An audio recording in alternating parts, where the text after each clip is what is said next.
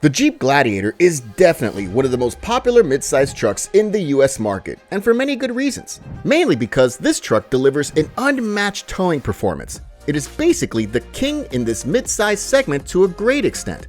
But there are some downsides to the Jeep Gladiator, and we can tell you now that there are more than a few of them. So if you want to learn more, stay with us while we cover the 8 things that the Jeep Gladiator got wrong. Number 8. Outdated platform and lack of configurations. Let's start with the core of this truck, which is the platform. This is probably one of the biggest reasons why this truck is so bad in the first place. This model is based on a body-on-frame platform that was borrowed from the Jeep Wrangler. This platform has been in use for decades with minimal changes done to it.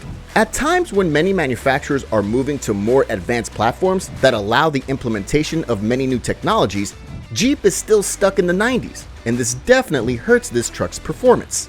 For example, the competitor trucks come with modern turbo engines, hybrid systems, and multi-link rear suspensions that are extremely well performing. The chassis of the Jeep Gladiator, although quite good, is fairly poor performing. This is felt in the ride quality and handling. So what we really hope is that Jeep will introduce a new platform that will fix this issue and make the Gladiator a better driving vehicle. What is also bad about the Jeep Gladiator is the lack of configurations that this truck offers. With this truck, you're only stuck with a 4-door crew cab and 5-foot bed. That's it, no other options. With competitors such as the Toyota Tacoma and Nissan Frontier, you have the option to go for an extended 2-door cab and a 6-foot bed. This is an extremely useful thing to have, especially if you are a contractor. You can load more stuff on the truck bed.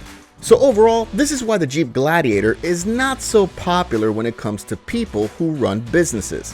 These customers tend to go elsewhere, and this is why Jeep has to change these things and offer something new and better for the next generation of the Gladiator in order not to lose a lot of sales in the long run. Number 7. No engine options. Now let's talk about the elephant in the room, namely the lack of internal combustion engine options that are available with the Jeep Gladiator. This truck is one of the least capable in the midsize segment when it comes to how much power it makes. The Jeep Gladiator only comes with a single engine. This is the 3.6-liter V6 Pentastar. This engine, although extremely reliable and durable, makes up to 285 HP and 260 pound-feet of torque. This power is decent, but competitors offer a ton more performance. Just for reference, the most basic Ford Ranger with the 2.3-liter EcoBoost has 270 HP and 310 pound-feet of torque. Higher-end models like the Raptor make up to 392 HP and 430 pound-feet of torque. So you see how the Jeep Gladiator is extremely lagging in this area behind the competitors. Jeep has to introduce something newer and better that will allow this model to produce more power and deliver some solid low-end torque. Modern turbo engines have many advantages, such as the power they deliver, good fuel economy, and most importantly, the incredible amount of low-end torque that is available relatively low on the RPM band. This makes these trucks a lot more responsive, and using them is a real joy. So we think that Jeep has to add a turbocharged engine. The engine that is expected to come will be the 2.0-liter inline-4 Hurricane. This engine is already available in the Jeep Wrangler, and for the following year, we can expect this engine with the Gladiator. This 2.0-liter Hurricane engine makes some solid power, up to 270 HP and 295 pound-feet of torque. This will be a good addition to the lineup since it delivers plenty of torque, which is available relatively low on the RPM band. Number 6. No hybrid or electric powertrain. Another downside of the Jeep Gladiator is the lack of hybrid and electric powertrain in the lineup. Many car guys will say that we don't need one, which we can agree on, but there are many buyers who are interested in these green vehicles.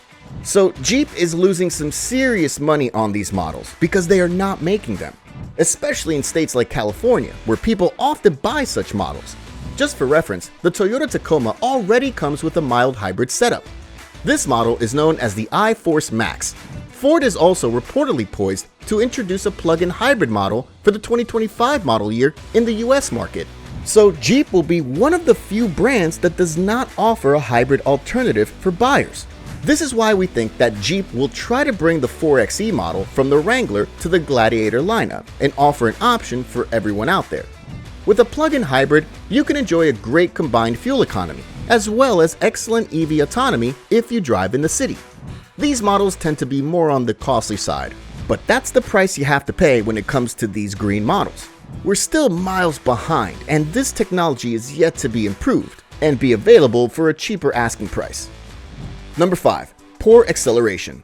Another downside of the Jeep Gladiator is definitely the acceleration. This model is rather poor in this regard because, as we noted previously, it only comes with a naturally aspirated 3.6-liter V6 engine.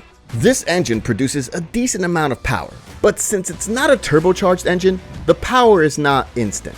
So the acceleration in the Jeep Gladiator can take ages, specifically up to 10.3 seconds from 0 to 60, which is a mediocre performance for a vehicle that sells in the US market. Just for reference, the Toyota Tacoma iForce model can accelerate from 0 to 60 in only 7 seconds, which is more than 3 seconds faster than the Gladiator. While high-end models like the Ford Ranger Raptor can accelerate from 0 to 60 in only 6 seconds. So you see why the Jeep Gladiator is very slow for modern standards. Number 4. Poor fuel economy. A factor that is hugely important these days is definitely the fuel economy and how many mpgs a certain model delivers. Long gone are the days when gas prices were dirt cheap and we didn't care about gas. The Jeep Gladiator has a decent fuel economy of 17 mpg in the city, 22 mpg on the highway, and 19 mpg combined, according to the official EPA data. But this data is somewhat misleading. A more reliable source is definitely the driver's experiences. So, on Fuely.com, owners noted that they often get an average fuel economy between 16 and 18 mpg. So, considering these numbers, we can say that this is a relatively poor performance for modern standards. Competitors like the Ford Ranger, Chevy Colorado, and Toyota Tacoma all deliver better fuel economy compared to the Jeep Gladiator. So we strongly hope that Jeep will fix this and offer a more efficient powertrain with this model that will deliver some solid numbers. Number 3. Cabin room is too narrow.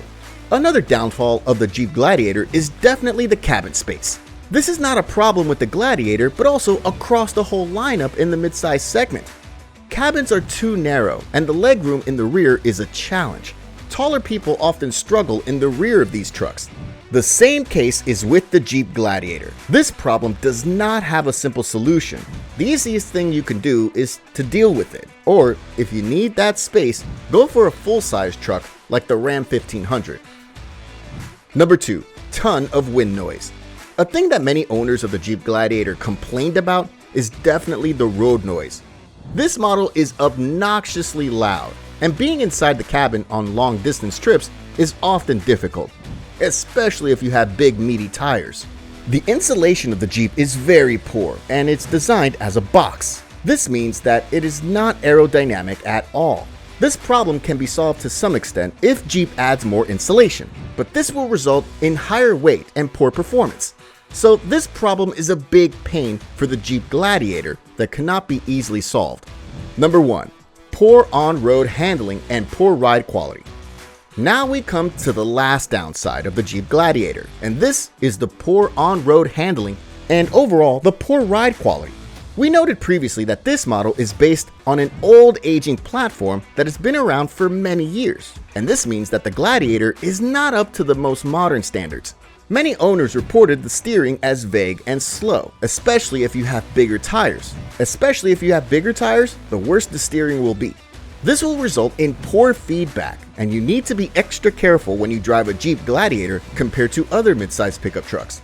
The ride quality was also criticized by many owners and reviewers as jiggly and uncomfortable at times, probably because of the aging leaf spring suspension in the rear.